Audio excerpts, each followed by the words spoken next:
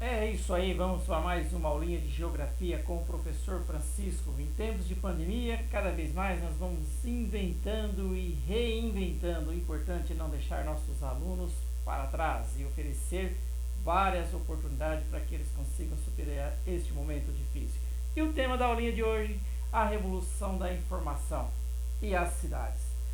Na realidade é a continuação praticamente daquilo que nós estávamos falando na semana passada, é a sequência do nosso conteúdo e buscando desenvolver a habilidade, né, e fazer com que os nossos educandos, né, façam com que identificar problemas socioespaciais e ambientais urbanos, caracterizando-os e propondo ações para a melhoria das condições de vida nas cidades brasileiras. Gente, tema de hoje com vários subtemas importantíssimos. Aqueles alunos que têm por objetivo aí, dentro do seu plano acadêmico, buscar desenvolver algum projeto para apresentar e participar de algumas feiras científicas, olha aí, né? Um tema que traz como habilidade. A própria habilidade já está dando caminho para a justificativa de desenvolver um plano, um projeto científico. Identificar problemas socioespaciais, né? Que vocês sabem, todo projeto científico, né, vocês precisam identificar uma causa, né, e propor aí alguma solução. Então vamos lá. Gente, essa imagem é uma imagem que aparece muito comum, né, até o ano passado era uma imagem que acompanhava aí o caderninho dos alunos, né, do currículo do estado de São Paulo. Então vocês observam, né, problemas nas grandes cidades. São consequências que nos trouxe devido ao fenômeno de urbanização recente que aconteceu aí na nossa história, da formação urbana, né, e a formação das nossas principais metrópoles em nosso país. Como houve um crescimento de uma forma desordenada, né, não houve planejamento urbano, então isso tem gerado várias consequências. Então, olha, observe aí as charts, né, uma família, moradores de rua, né, eles ouviram uma vitrine de uma loja, né, pela televisão, um candidato lá, a prefeito, sei lá, um candidato político lá, de governador, fala lá: se eleito, prometo construir mais de 1000 pontes, né? Realmente a pessoa foi muito feliz, né, ao construir essa charge aqui. Aí o pai de família, morador de rua, né, coloca aqui: tá vendo?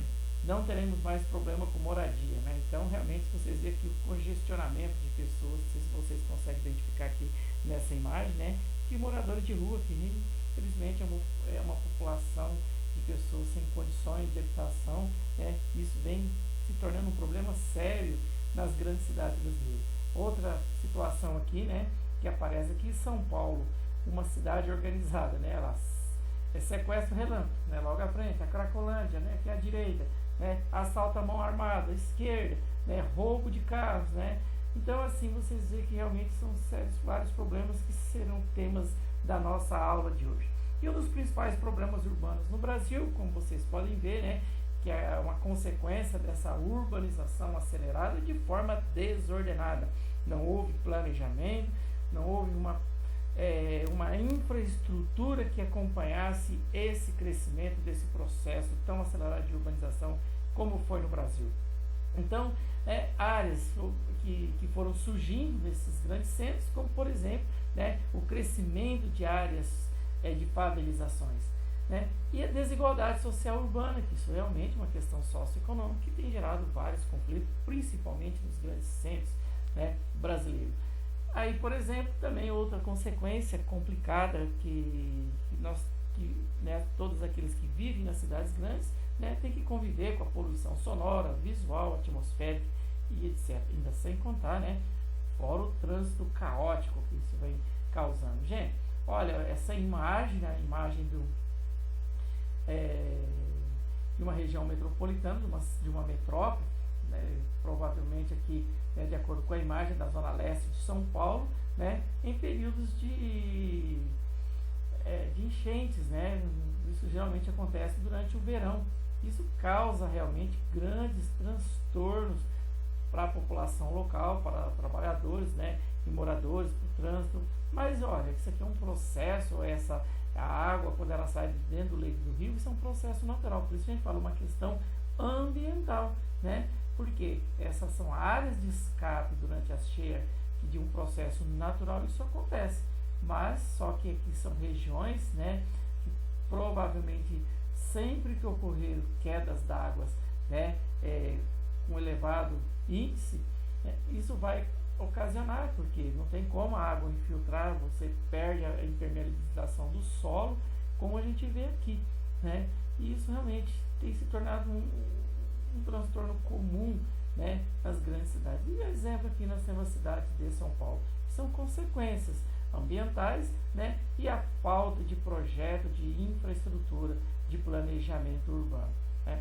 Isso também, sem contar outras das consequências que ocorrem também, né, são as ilhas de calor, devido às construções asfálticas, concretos, né?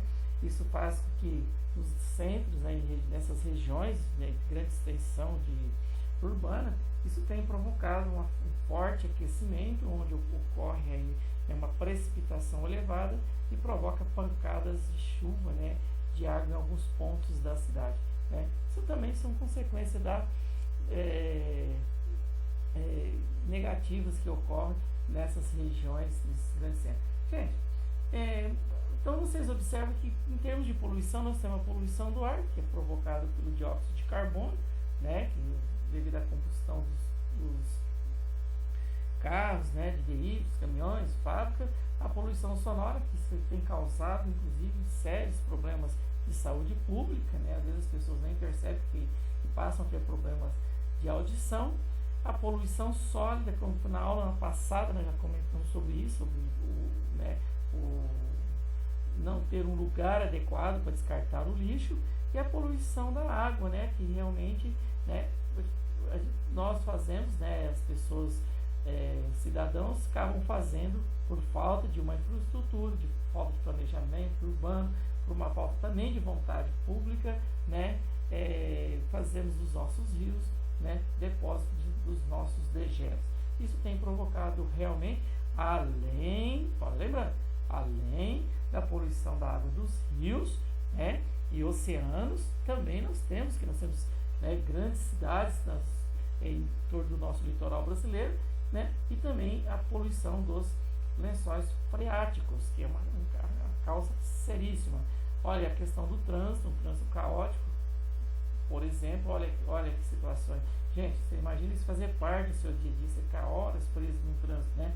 Isso aí é o resultado dessa urbanização de forma desordenada, né? A questão de habitação é um problema muito sério, né? Devido até ao surgimento, né, de áreas periféricas como a favelizações, né? Poderia até tentar resolver um pouco o problema, mas infelizmente isso, né, só chama a atenção daqueles que deveriam resolver o problema somente em épocas de políticas, né? Inclusive, poderia reaproveitar prédios públicos ou privados que são abandonados nos centros como a cidade de São Paulo, que poderia aí, né, fazer uma forma de reestruturação, né, e restauração desses prédios, pelo menos no centro de São Paulo, poderia minimizar um pouco esse problema da questão habitacional. Gente, nós vivemos na sociedade da informação.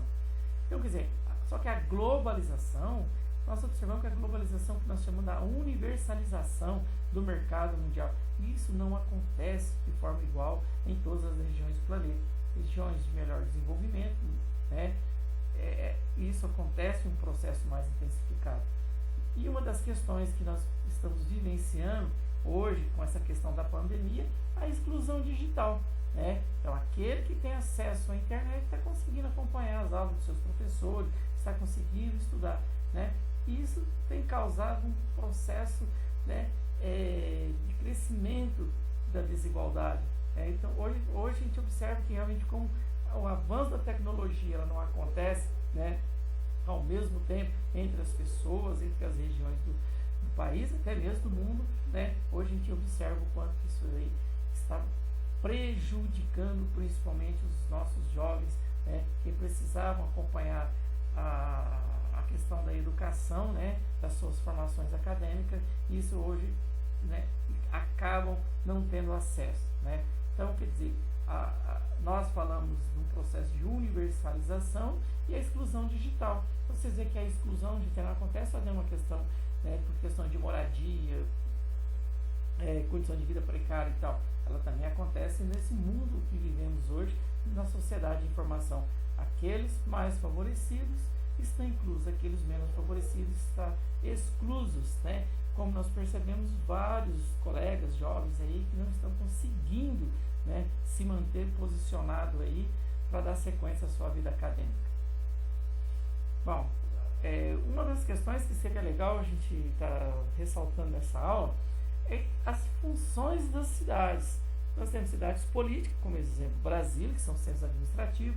Nós temos cidades religiosas, que são templos, como por exemplo a cidade Aparecida, né, como por exemplo Jerusalém e Meca, né, que é uma região que tem lá seu templo sagrado para peregrinação dos muçulmanos, né, cidades, né, culturais, como por exemplo Ouro Preto, né, cidades que apresentam aí centros universitários, centros de pesquisa, por exemplo, até a cidade de Campinas, São Paulo faz parte disso, né, também tem centros universitários, Ribeirão Preto, né, aquelas cidades que nós chamamos de cidades de dormitório, as cidades, né, próximas a alguma região, alguma metrópole, uma região metropolitana, que as pessoas saem durante o dia para trabalhar na cidade vizinha e à noite voltam para dormir, né, para ficar com a família. E centros financeiros, como por exemplo a cidade de São Paulo, né, que tem uma característica econômica, né, muito forte, até é a nossa cidade da América do Sul, vista aí, reconhecida como uma cidade global, né, que tem bolsa de valores, centro financeiro, tudo aquilo que nós comentamos, né, em aulas anteriores. Bom, na sequência nós temos então aí os grupos de cidades, né? Aqui nós vamos falar de hierarquias de grandes cidades. Nós temos megacidades, são cidades com aproximadamente aí, né, 10 milhões de habitantes. Aí nós temos as cidades globais, que são cidades que exercem influência no mundo todo, como Nova York, Tóquio, Paris, que são os principais centros, né, de influências mundiais. Aí vocês observam que o Brasil nós temos aí como destaque São Paulo e duas cidades, como exemplo, São Paulo e Rio de Janeiro, que está acima dessa média quantitativa. Então, quer dizer, uma mega cidade, não quer dizer que uma mega cidade, que ela está acima de 10 milhões de habitantes, ela é uma cidade global, né? Porque essa é a diferença. O que é uma cidade global? É uma cidade que tem influência em várias partes do mundo, né? Que tem um elevado grau de diversidade, que ele ofereça aí infraestrutura, centros financeiros, né, e assim por diante. E assim, graças ao processo de informação, de tecnologia que nós temos hoje, essa comunicação entre a cidade, aquela cidade que realmente se comunica, ela tem uma importância, né, dentro do sistema global. De acordo com a hierarquia das cidades, nós classificamos em três classes, né? Alfa, beta, gama. Então, quer dizer, alfa, são cidades de maior influência no planeta. Beta são cidades intermediárias, que é uma influência no planeta, mas ela não é isso, vocês sabem, né, gente? Não é uma coisa assim padronizada, então realmente tem seu grau de influência, né? Que esses graus são classificados como pontos. E gama, que corresponde às cidades globais de menor expressão mundial. Olha aqui, exemplo, cidades globais alfa, ao ponto máximo de 12 pontos, que é Londres, Nova York e Paris, né? E 10 pontos. Entre 10 a 12 pontos nós temos, né, cidades alfa, como Chicago, Frankfurt, Hong Kong, Los Angeles e Milão. E cidades globais beta, que são cidades intermediárias. Olha, aparece aqui, ó, São Paulo, Cidade do México, né? E as cidades globais gama, né, que nós temos aqui abaixo de 6 pontos para baixo, né? Aí parece também, por exemplo, aqui como Buenos Aires, né? Fazendo companhia aí para a cidade de São Paulo. Mas, gente, vocês observam que São Paulo está alguns pontos aí na frente da cidade de Buenos Aires. Gente, isso aqui são classificações, são algumas teorias. É lógico que vocês podem encontrar essa classificação, passa a existir alguma alternância de acordo com, né, pontos de vista diferentes. Mas não muda muita coisa não, ok? Essa posição aqui de Londres, Nova York, Paris e Tóquio, elas vão estar sempre no topo, por enquanto, né? À medida que outras cidades vão avançando, isso vai ocorrendo algumas mudanças. Aí, por exemplo, olha, trouxe algumas imagens, por exemplo, de algumas cidades globais, aqui um mapa de localização. É lógico que aqui pelo vídeo fica difícil a identificação, a localização dessa cidade, como tem Nova York, Los Angeles, Cidade do México, aqui São Paulo, né? Rio de Janeiro, uma cidade também importante dentro do cenário mundial, né? Buenos Aires, né? E aqui um aglomerado de cidades aqui na Ásia, Europa e assim por diante, né? Olha que linda imagem da cidade de Londres, né? Olha que coisa linda, Nova York, imagem bonita. Olha, gente, olha como é fácil, né? Manter uma imagem tão linda de São Paulo. Você olhando isso aqui, você não acredita que uma cidade como essa daqui, você possa ter imagens como essa daqui, né? Praticamente quase que na mesma região, de uma aproximação ali, geográfica ali, próximo, mas durante o dia você visualiza isso, né? Mas como que pode, né, gente, uma mesma cidade apresentar uma imagem como essa, né? Uma mesma cidade você consegue tirar uma imagem tão linda como essa. Mas aí algum exemplo, uma cidade de Tóquio. Valeu, pessoal, foi mais uma aulinha, espero que vocês tenham gostado e que mais uma vez eu tenha conseguido contribuir, né, em momentos como esse que nós estamos vivendo. Valeu, até joia, muito obrigado a todos vocês.